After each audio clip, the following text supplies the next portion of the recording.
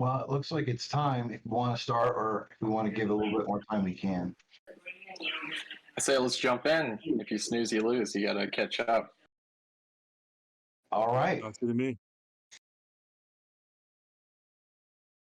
All right. So thank you guys for coming. And again, if you have questions, just type them into the text chat channel just above the AMA, and we'll try to get everything answered as we're going through it. First thing I'm going to show off here is the Wallet Connect, something that will be live here in the next version coming soon. So you can't see the... Can you quickly introduce yourself for all of our newcomers, please? Sorry. Hi, I'm Scott Brown. I'm the developer on the Unreal side of things.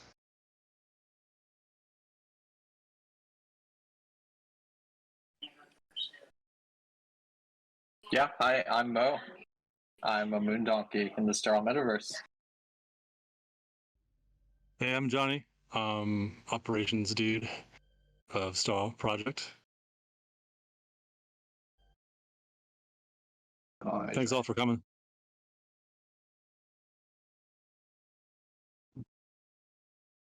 Yeah, thank you for coming today, everybody. If you are new to STARL, welcome.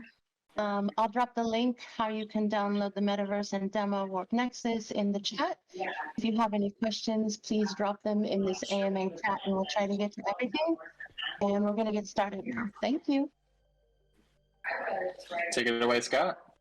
All right, so here I am. I've logged in with my wallet, and I'm in the starting area of the STARL Metaverse.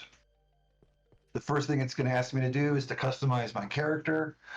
We have a lot of different customization options, all kinds of fun stuff. You can mess around with different styles, body types. You can change your arms, you could change different holograms. You can put badges on yourself, all kinds of cool ways to be yourself. I'm going to run on in here into what we call the hub. This is sort of the main staging area of the game where all of the different parts of the metaverse will connect from here. And we've got several already live now that you can go check out. And then I'm going to be showing off mostly Warp Nexus here, stuff that's about to launch here very soon. So we will start with the living module. This is for people who've purchased the living module NFTs. You're going to be able to come in. You have your own place and space, as well as it gives you the ability to earn pass points, which is our in-game currency based on the STARL token.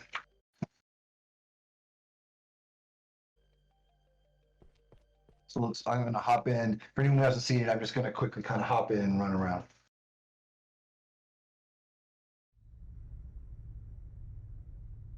So here I am inside of it. It's going to start talking to us when we start walking around. I'm just going to kind of ignore it and open up a window. Every one of these has a view out into space, and depending on where yours is located, you'll have a different view. And then the better the module you own, the closer to the planet you'll be. Please watch your step. So here I am looking out at Saturn from our fancy living module. Yeah, we love the view of space, right? And as you purchase upgrades, you can get different views of different parts of the galaxy. You'll be able to position different parts of the STARL Metaverse. Really beautiful. And then all inside here, you know, these locations on the walls are where you're going to be able to display NFTs you own.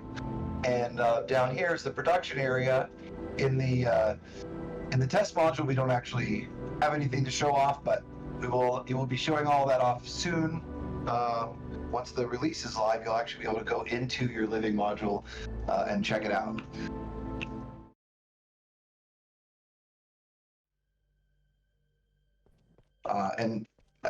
We've talked about it before, but owning a living module actually earns you pass points every day. And if you come in and you play the production game, you can actually double the amount you earn each day by logging in, collecting production from your own living module as well as visiting others to gain all of the components you need.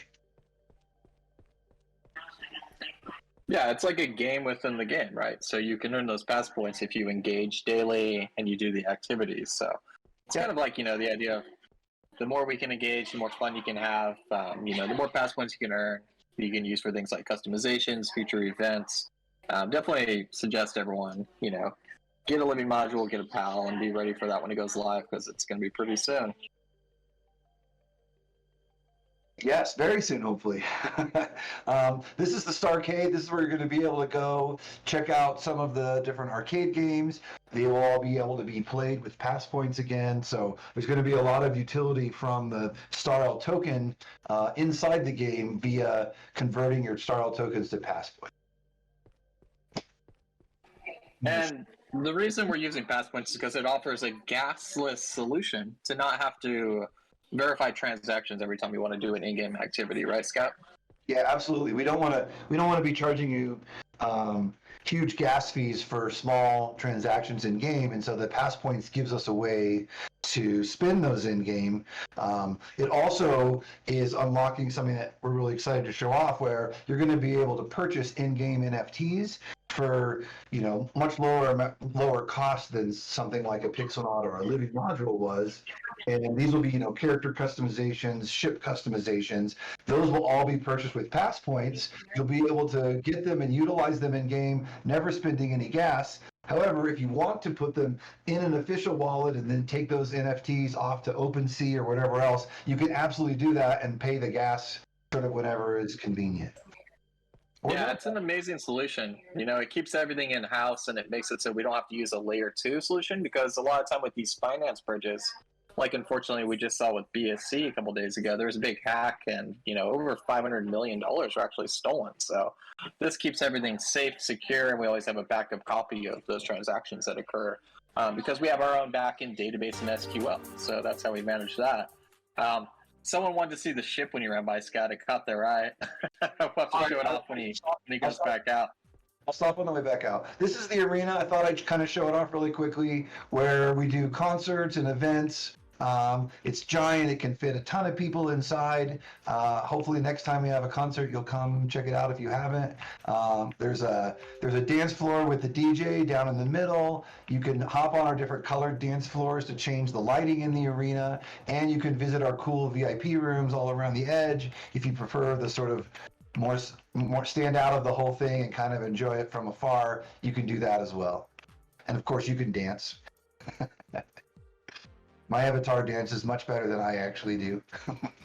I just want to quickly mention that we're going to have a Halloween event coming up this month, which we'll be announcing in the next few days. So please keep your eyes peeled. It's going to be a lot of fun. I want to make sure I don't want to sip this. So here's one of the new ships showing off some of the cool ship customization you're going to be able to do here shortly. Yeah, imagine how cool that'll look too, flying in game, right? Yeah, and you're going to be able to change animations and colors and how they tile. There's going to be all kinds of cool customization you can do on your ships. What kind of ship is that? That is a transport ship. So that's kind of That's why it barely fits. Yeah, It's lots of capacity for cargo. Yeah, absolutely. Where like the starting ship only can carry about 3 meters worth of stuff, this can carry more like 35 meters, cubic meters. That ship is thick. That is a thick ship. Before we go too far from dancing, I thought I'd show off meditation. And you can either go by yourself, we have a special room for that, or you can go into the group. So I'll show you the group meditation area.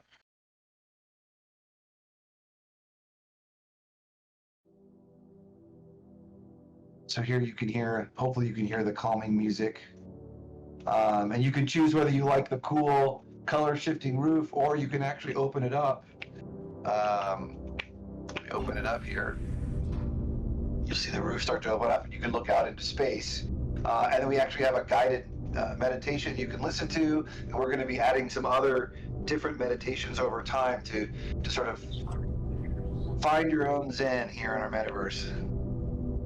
Yeah, we've talked to some people that they work with sound healing, they work with like spoken word poetry, that are interested in doing some future spoken kind of guided meditation. So that should be fun too. Is the fact that a space like this, you know, it really focuses on the mental health aspect of the crypto side, but we can invite people in from different facets across other projects and different things that they're working on to be part of the STARL Metaverse in this space. Yeah, I also want to mention we did a group live stream meditation here on Discord for World Mental Health Day. And that was sort of the kickoff of doing a community approach. So if people in different, like languages want to host one, it's open. It's for the community. You could invite a few people or lots of people, do it in your native language, try breathing techniques or sound, whatever you'd like to do. It's for all of us. And I'll show the personal area too real quick. We're interested to see what it looks like.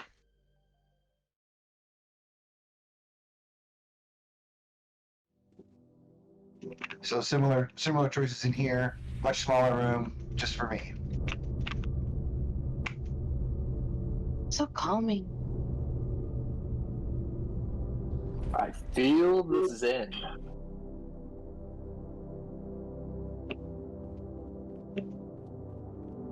All right, enough relaxing. Let's go start dancing some.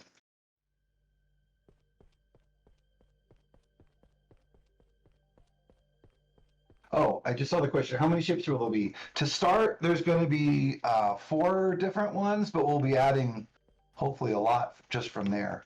They're really focused on the roles. So do you want something that's a fighter? Do you want something that is a mining ship, a transport ship, a pirate ship? So it's more about the role you want to play. We'll have different ships that allow you to play those different roles. Here's the Pixelnaut Lounge, which is a cool area only for owners of Pixelnauts to come and hang out. Yeah, and even just with 4 ships, there's ways to customize and different skins, and so each ship can be unique in its own way. So here we are in the lounge.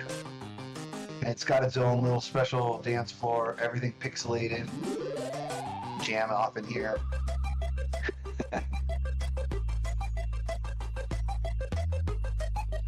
Again, this is just one of the exclusive things you get from owning a Pixelnaut.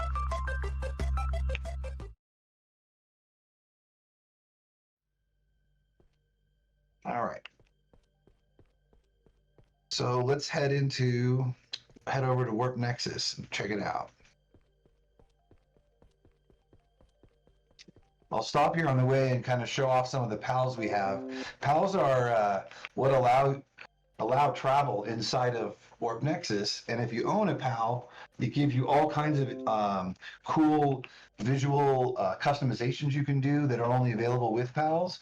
But the big thing to me is, if you own a PAL, you'll never pay anything else to fly in Warp Nexus. It gives you basically unlimited flight in Warp Nexus forever. So here's some of the different PALs. And these are available right now on the STARL marketplace.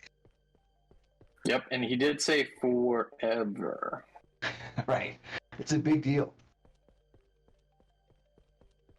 I mean, yeah, honestly, I've been in the NFT space for a while now, and I will say that's a pretty cool utility. Like, you don't see a lot of NFTs that are moving past the stage of just being PFPs, right? So this is something that allows you to engage with the AAA game title in Unreal Engine 5 for free for the entirety of what we're building, iterating, and creating more excitement and adventure that you can do in game. So it's the first NFT series created in Unreal 5 too. Oh yes, absolutely. So this is the Prime Station, the originating station inside of Warp Nexus. Here's the Oracle, who's created a lot of the technologies, allowed us all to travel between the stations, and kind of kick-started the space travel in the Warp Nexus universe. You can come in here and you can learn about all the different species that exist, and we'll actually travel to some of the different ones now. So this is the ship equipment screen showing off my current ship. Here's all the things I have equipped. And then here's all the things I have in inventory. And I'll kind of go through all that in a minute, but I wanted to pull this up really quick. We have a full active economy running all the time, and it's all based on the actions of players and what they do inside the game. So if I come in here, this shows me everything that's in stock on Prime. Again, this is what I have in my inventory. But if I click this, I can see like here's all of the commodities in Warp Nexus, and every single commodity has a different price and currency on each station. You'll see here's the price of it on all these different stations. Here's how many they have. This tells you up here, aluminum is an ore. It tells you the sector it's mined in, your chance of getting it, and then all the recipes that actually use this particular ore. And the economy is forever dynamic. So when you log in and you say, oh, today there's a great, aluminum is cheap here and expensive there, so I'm going to start running it back and forth between those. There's no guarantee that tomorrow when you log in, that'll still be the case. If everybody starts running it there, then the price will drop in one place and increase in another. And it's all based on what's really going on with things being made, supply, supply and demand kind of economics going on. There is ore, which I showed is something that must be mined, and it always tells you your chance of getting it and what sector to get it in. And then there's these components, which they tell you here's the parts it's made out of, and here's the parts it's used for. So I can look at something like conduit is used in CPU and robotics. You can look at CPUs.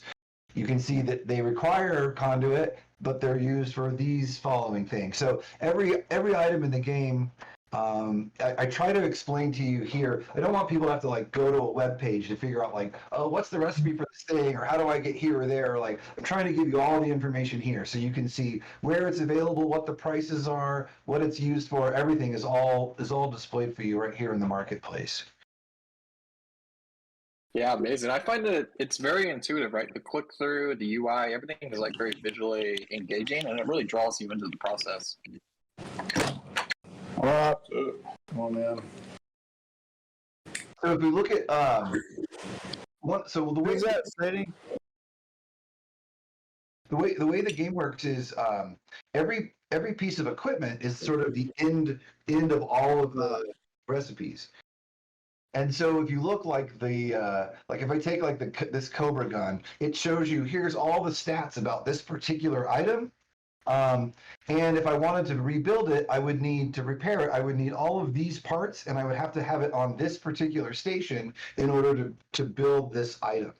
And so what you're going to be doing in gameplay is you're going to be, destroying ships, finding these, salvaging these broken parts, and then bringing them back and then looking at the stats of them and deciding, is this something I want or something I don't want? And if it's something you want, then you're going to need to go collect the parts for it and repair it.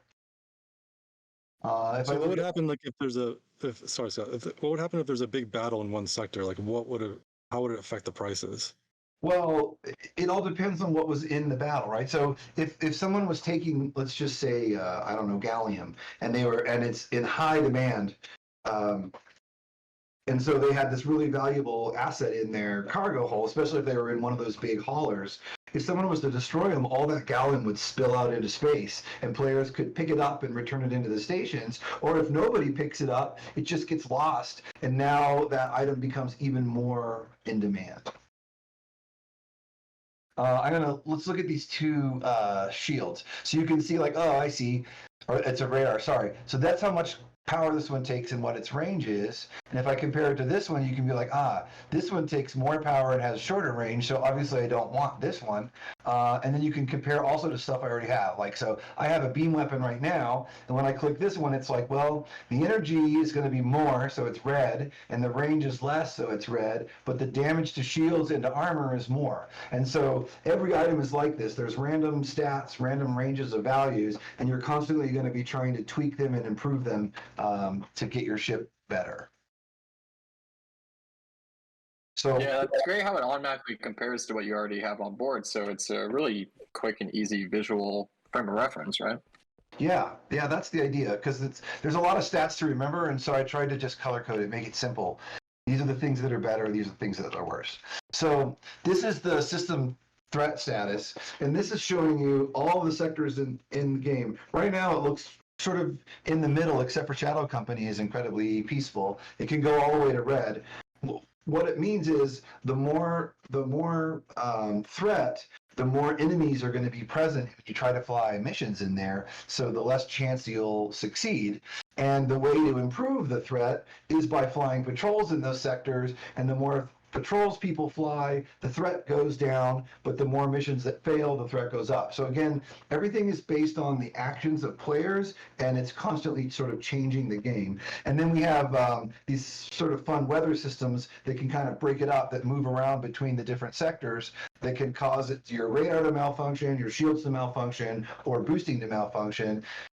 Really just trying to differentiate that when you fly in a particular sector, if there's weather in there, it's going to be very different than flying it without. Over here is the missions that are all created based on the economy. And so right here, this is showing, I'm on Prime right now, and it's saying, hey, these are all the missions that Prime needs right now, and these are all created based on real economic demand. And so, like, obviously Prime is saying I need chassis, I need core, because Prime builds the majority of the ships, and these are components of ships. And so it's like, hey, I really need some of these because I'm trying to build more ships right now. There's always a patrol available, and the more risk the patrol, the more it will pay. And of course you get XP for flying all these missions, and credits, in-game credits for doing them. If I come over here, this is where I could make my own mission. So if you don't want to play the missions that are available from the system, you can always make a handful of your own. So you can always do a mining mission, and I try to help you. So depending on what you're looking for, it'll change it to the system that has that particular ore, so that it'll help you kind of find it, so you don't have to remember, where is iron again? You can do transport missions. Now, I don't have anything to transport, so it's not going to let me do it, but this would be for an example of like, hey, I see this great price. I want to run some of my own goods over there and buy low, sell high. This is where you could do that yourself. The station doesn't have to be requesting that for you to do it. And then Courier is simply, hey, I just need to get to another sector, so I'm going to pick where I want to go, and I'll fly there. And then something I think that's pretty unique to us is we have what's called an item request mission, where let's say you have this item you wanted to repair, and you don't want to deal with going and collecting the parts for it. You can actually come in here and say, hey, I need conduit, and I need it on station wherever, and depending on what that station pays for the item, it'll change the price, and as well as how many you want. So you basically prepay into this, and then other players can fly these missions for you. So players will be creating content for other players as well. And then finally, I'll show kind of, this isn't active yet, but the way multiplayer works is you basically put yourself into queues for the role you're willing to play. So if you want to basically escort players or defend them on missions, you can put yourself in that queue. Or if you're interested in pirating other players and taking from them, you can put yourself in that queue. And when someone creates a mission, if they choose a PvP or a co-op mission, when it starts up, it'll go say, hey, is there anybody in these queues? It'll invite them into the mission. Everybody says, okay, and then you're all hop in and you're all playing together right at once. So it's really seamless and fast to play with other people. Yeah, amazing. I love that you can do automated missions, right? Like the game fills in for you, so you can always enjoy the mission that you want to play and not have to wait for people to come. Correct. The AI fills in basically whatever players don't, and it's the same with missions itself. So if players aren't taking the missions that the stations are creating, eventually AI tries to take the missions and resolves one way or the other whether the items moved around or not. So the game will always be moving and changing, even if players aren't doing anything. It just tries, anything players do, players move to basically the front of the line, but the AI will always fill in. And so if you only have co-op mission, then the AI will play the role of pirates. Or if you have pirates but nobody chose to co-op, then AI will fill the role of your defender. So you can really do kind of anything you want, play however you want. Even if you play single player and you never play with another player, you're all in the same universe, and the actions you take all still affect the game for everybody else. So if I'm single player and I'm running patrols in Prime, I'm going to be bringing down the threat level that's going to affect all the other players who are playing there as well. Yeah, that's amazing. Scott, can you think of any other game that has that level of dynamic control built in? Because that seems really unique to me from my experience in gameplay. Depends on what we mean. So in terms of economy, like Eve is probably the gold standard of real player-driven economy gameplay. Right. Yeah, which Eve is an amazing game, of course. Right, it's the best ever made in terms of true player economics. However, the gameplay style is a very sort of slow-paced. You might play for an hour before you even see another person, where this is meant to be more action-based. You're in and out of combat quickly. So, it's more dynamic, in the cockpit type controls like Star Wars versus like Star Trek, like on the bridge controlling a big giant ship sort of play. So Eve is probably the closest I've seen in terms of the economic part of it. But I don't know of anybody who's done something that's kind of in the action genre similar to the style of what we're doing here. Sorry, so there's a question. What do you do with credit? I have to admit it. It sounds nice, it sounds kind of addictive. Like I'm ready to play now. So what you do with credits is you buy ships and you buy and sell commodities. And so basically the more money you have, it's going to allow you to buy the more and more, like to trade the more and more expensive parts. So when we go down here to kind of the bottom pieces, these are the more expensive parts.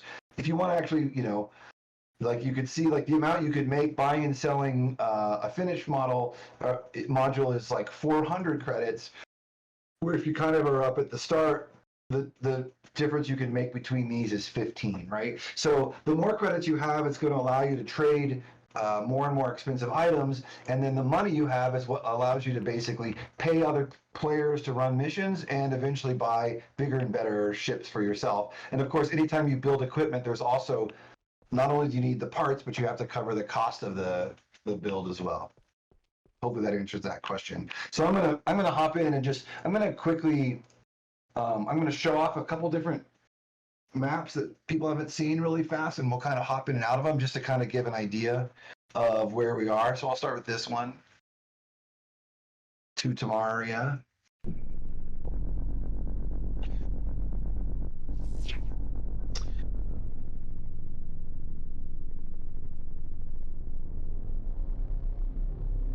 In the Tamarian sector here, and since I just chose a simple courier, you can see kind of in the top left it says mission status, transport to jump point. All I have to do is get there. However, it says below warp blocked because these guys all have the technology on their ship to stop me from warp jumping, so I have to take these guys out.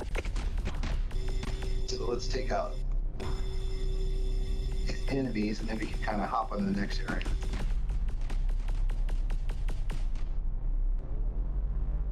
No pressure now. Yeah, don't blow this. Yeah. Come on, Scott, show us your skill. Man, I swear it looks better and better every time you jump in to play the game.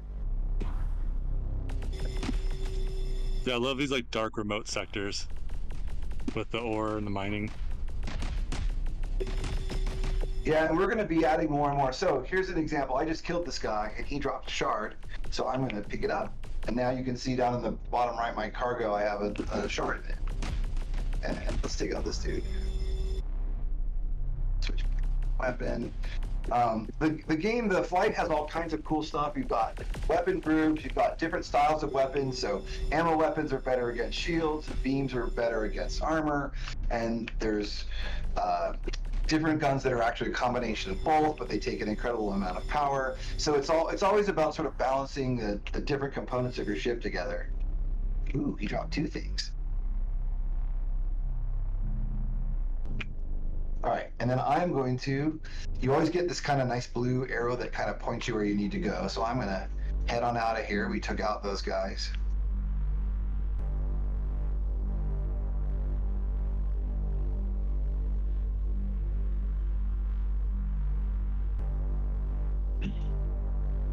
And then I'll hop in and show off a couple other sectors just so people can kind of get a sense of what's going on.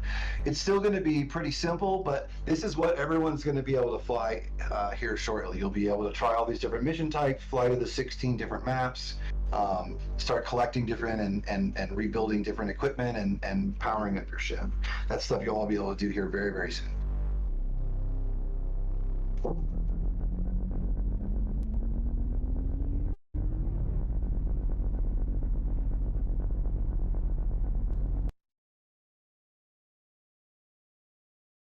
But now I'm here on a different station.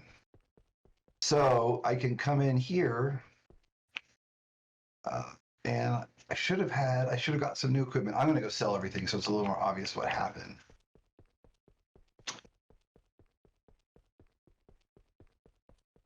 But basically the Playloop is, let's say I really, we decided I like this Sentry. So now I need to go collect these parts, right? So that's what I would be doing. I would say, okay, I want to build this. So I need to go get titanium, copper, zinc, RF transceivers, and semiconductors. And I need to get those all onto the Mycenans Station. And then I'll be able to build this new radar and equip it on my ship. So that's kind of the role here. So I'm going to just sell everything so you guys can kind of see out. You can buy or sell things on any station. To build something, you must have the parts on the station that builds it. So the risk in the game is basically the transport of the objects. When you die, you don't lose anything. When you join up to be part of the Nexus group, they give you a deal where they'll replace your ship and your equipment and allow you certain salvage rights. In return for you not being able to actually build the equipment yourself, you've got to find it and repair it on your own. I'm going to sell off some of this stuff.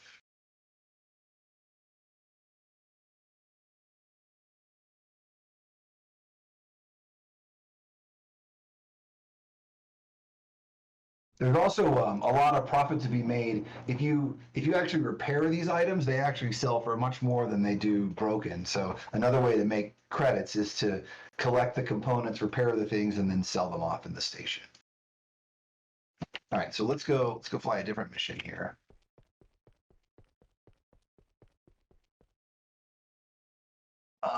Let's go to Slate.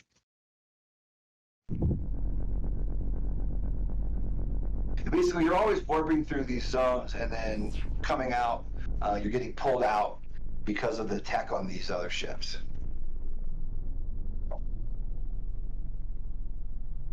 Yeah, the maps are so beautiful. You said there's 16. Is that correct, Scott? Initially. Yeah, there'll be 16 to start. Ah, amazing.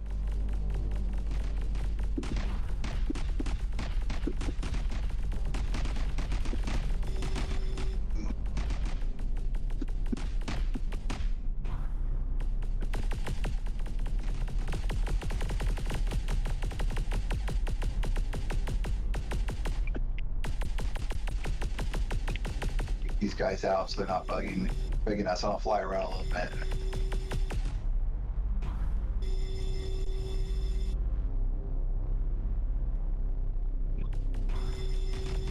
And again, That's a good question. Someone asked how many players maximum in multiplayer. I think I remember it was 5 on each side right now. Is that correct, Scott?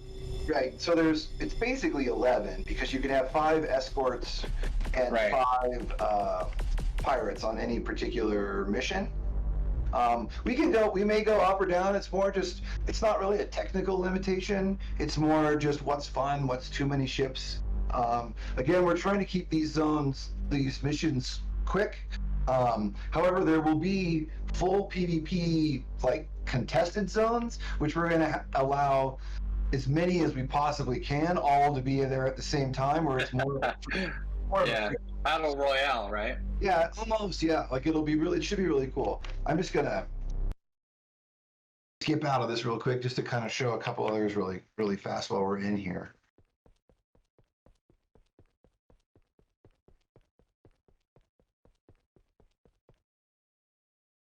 Let's do another courier to here.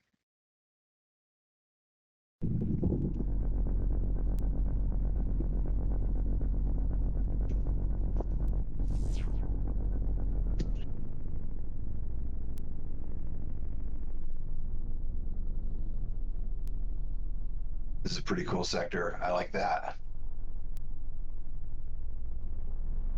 So beautiful. Oh, that's nice. Wow. This is probably the first time a lot of you guys have seen this stuff too. Yeah, wow. I love the green ore too. That's really cool. Very And kryptonite feeling.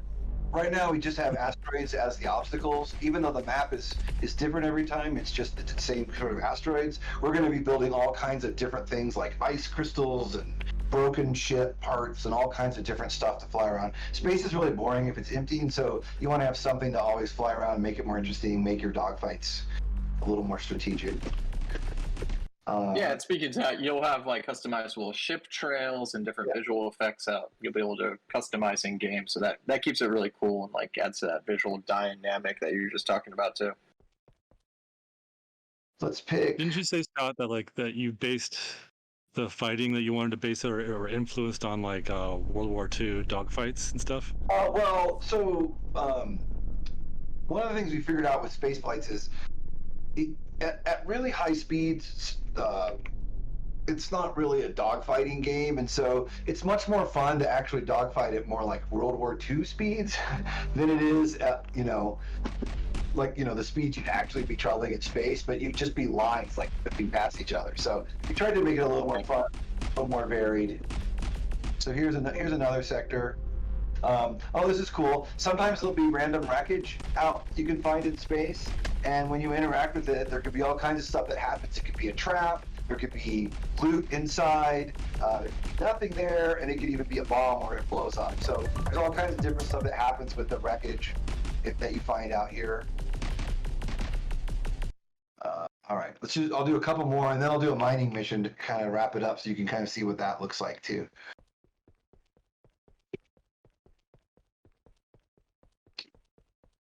Let's see, let's try.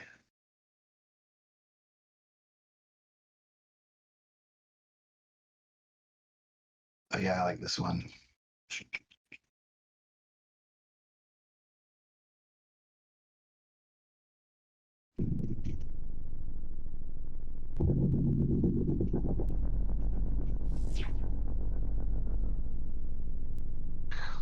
Green.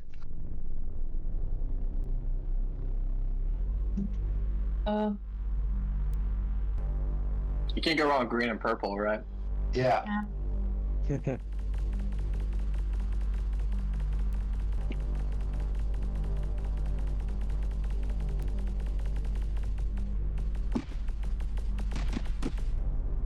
yeah, here's the sector, which I really like. And I'll show one more, and then I'll do a mining mission and kind of wrap from there. So beautiful. Wow.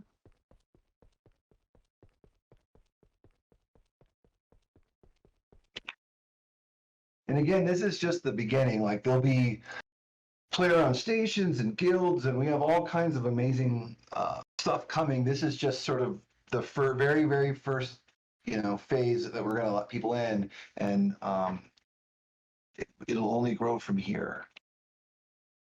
So let's show off this.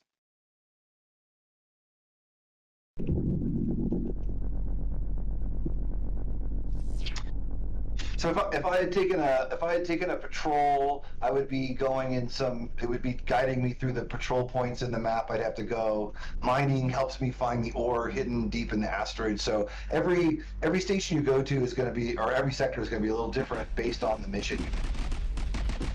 I like this one with the white sun.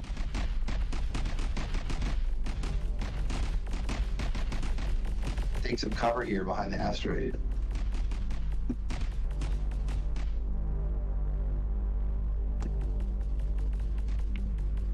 Yeah, I really like this sector too.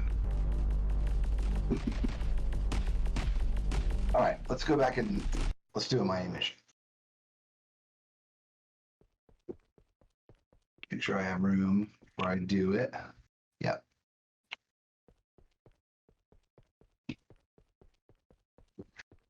Again, you can kind of see like the area I was just in, you can see like I'm in a different spot. So let's do a mining mission.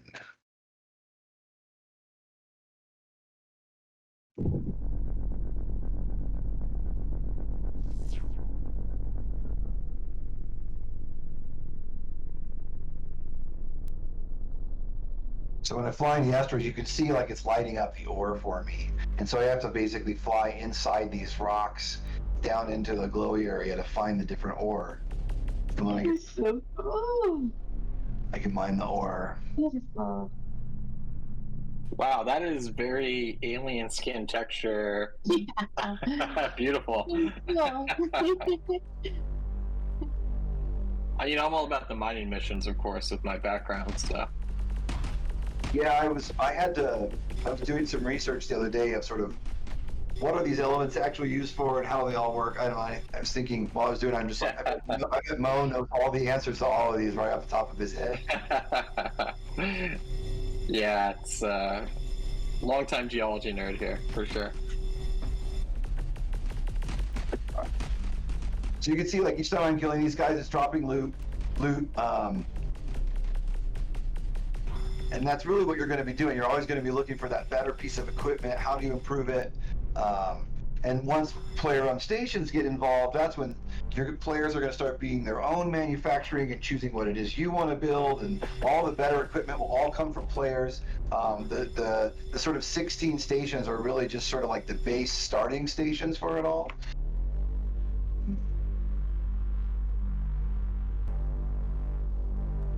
So that's when the economy will really start to get fun, is when players are actually creating their own manufacturing, building their own items. Noctuous is actually on the chat with us now. He actually helped design a whole lot of that system. So it's something I'm really, really excited about. I think it's going to be really cool. Yeah, Marcus is amazing and very helpful for the project. It really is infinite, right? I mean, like, this can keep building and growing and just getting bigger and different forever. That's, you know, what's really incredible about a project like this. Yeah, that's the idea. And we'll constantly be, each sort of tier of items is always going to need stuff from the previous tier. So hopefully that'll also help the MMO problem of once the game has been played too long, only people play in the high level sectors. Well, each tier was going to need an item from the previous, and so it'll go all the way back to the first level area. So there'll always be a need for all of the different commodities throughout everything in the game. Wow, yeah, that's incredible. I think it's really important for the fun of gameplay to do that, right? Because otherwise, kind of like, the only goal is to get to the highest level of the game, and then people forget about all the different fun parts and the lore and everything that builds upon that. So you can see, like, now I got this canopy, and it's telling me, like, okay, you can have this shield, and it has both a better recharge rate and a better max charge. So if I wanted to build this, I would need to go collect these things and take them to this station, and then I would be able to build the item and equip it, and now my ship's a little bit better. The one other thing I should show really quick, it's not very exciting to look at, but I'll kind of show you guys to kind of take a look. So anytime you do a mission, again, this is sort of the whole, it's all player control. This drop down, once you're a little bit higher level, will unlock the multiple play styles. So it's always the person making the mission in control of the type of mission, whether they want single player, multiplayer, whatever. But there's also difficulties, and difficulties 1 to 5 are going to make the ships you fight tougher, but also the XP reward and the payout if you're doing another mission higher. So, you know, it's always difficult when you're making a game that's based on skill and not just dice rolls to make it balanced for everybody, because some people are really good and some people are not. And so you're also able to control the difficulty, and that'll also affect your rewards. That's really cool, because when you take a mission, right, you construct it with the people you're playing with in mind. So that way you can always dynamically change, like you said, the hardness to suit like the players and the skills for people that are jumping in with you. Yep. And I'll turn off the screen share. It's probably the end of the demo, but if there's people have questions, I'm happy to stick around and answer more. Scott, can you go into the thought process for warping and not, you know, being stuck in space and flying long distances? Sure.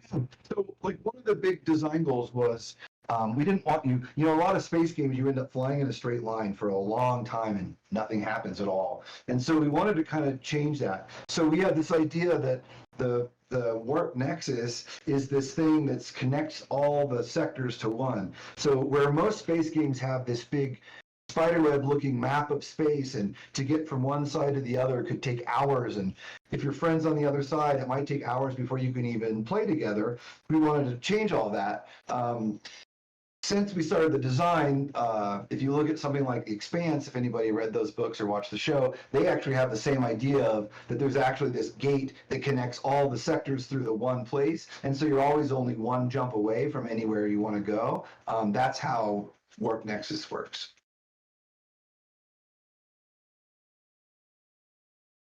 Yeah, and if you go into like the lore of it, PALs give you the access and the navigation and power to go through those, right? Yeah, it's too complex to navigate through the stars for a human, and so you must have a PAL. They're kind of, in that sense, they're sort of similar to like an astromech from Star Wars, like R2-D2, and also kind of the navigators from Dune, where they're the only ones who after they take, so much spice that they turn into weird octopus things that they're able to like see space and time and able to travel it. So in our fictional world, that's what a PAL is, and that's why you have to have a PAL to be able to navigate. And so if you own a PAL, they come with you and they level up and they get all these kind of cool bonuses they unlock. And if you don't own a PAL, you effectively have to rent one, and that's what will cost pass points each time you fly.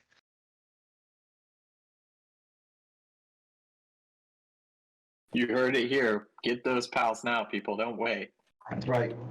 I mean, imagine if there was something you could have bought for, World of Warcraft or something else similar that meant you never had to pay a monthly fee ever again. That's what a PAL is going to give you. It gives you unlimited access to the game forever. Yeah, it really is ground floor investment, right? Because the game is just going to keep expanding and growing from here. This is like a really early opportunity to do something different, special, and be involved in the very early stages of building. Yeah, absolutely.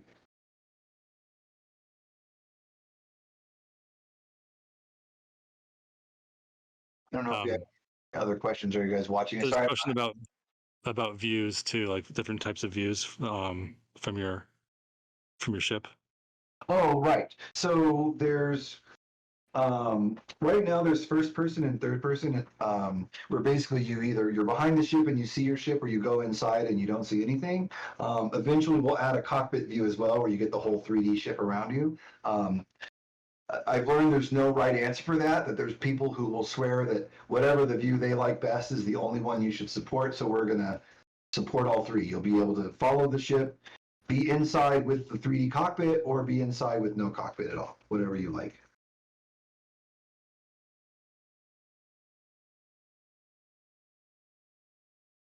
Yeah, amazing stuff. Does anyone else have any more questions for us while we're here? That was an amazing overview. Thank you so much, Scott, for running us through the areas in the game and the economy.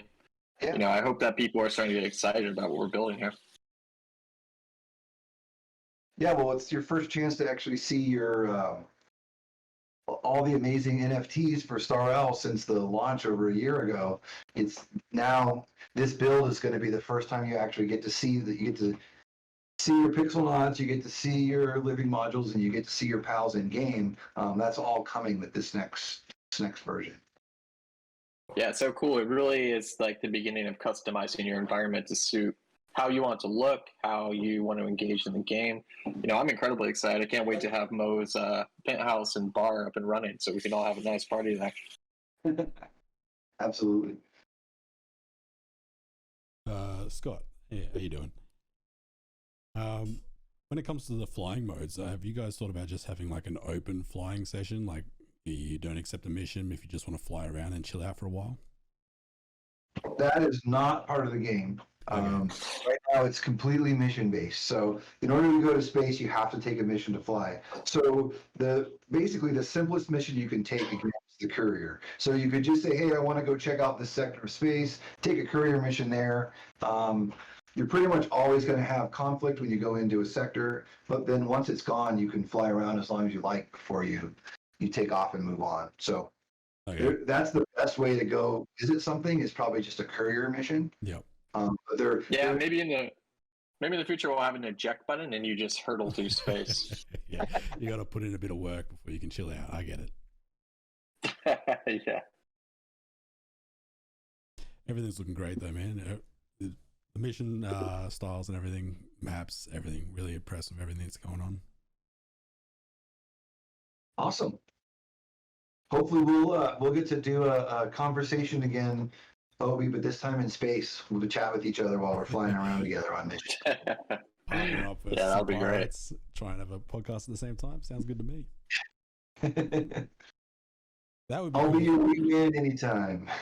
Like, so one of the things too, having music or background noise during missions. Have you guys thought about anything like that? Having radios or anything while you're doing missions?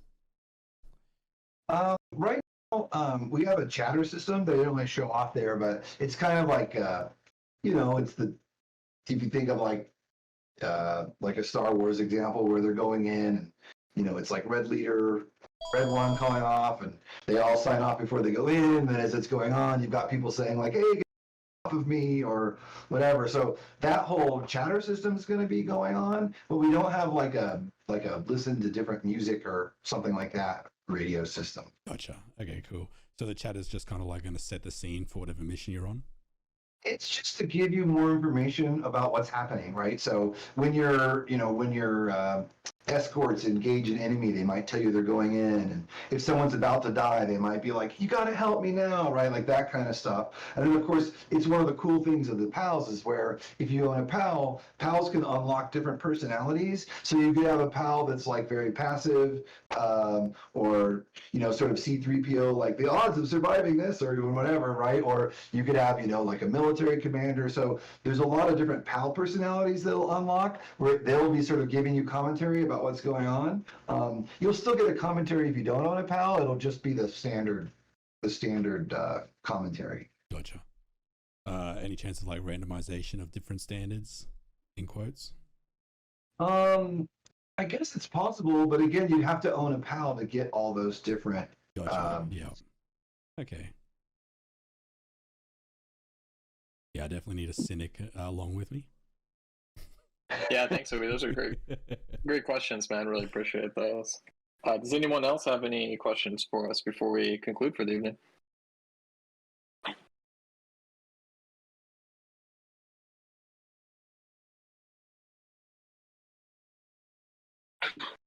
I'm trying to watch for people type, but I don't see anything. So yeah, I'm splitting my attention between the two screens too. Well, you could, Scott, any closing words then before we split for the evening? Well, I was just going to say, like, we're all on the STARL official channel all the time. And so if you guys have questions, you can ask anytime, and we'll try to get everything answered. And we're looking forward to getting everyone in and flying around and fighting each other here very soon. Yeah. Yeah, thanks for joining everyone tonight. And like Scott said, we try to be as accessible as possible at all times to our community. You're what makes STARL great, and we're so thankful for everyone's support. So thank you so much for joining tonight, and we'll see you out there in the STARL Metaverse. If you get a chance, can you also drop in the chat what your favorite thing was that you learned about during this chat, please? Thanks for joining us, everybody. Do this again soon. Yeah. Yeah, thanks all. Yeah, let us know. Let us know what you like. Also, let me know what you don't like, and we'll try to make that better too. Yeah, we're open to criticism, certainly. Thanks, sure. everyone. Yeah, thank you. All right, bye. Have a great night.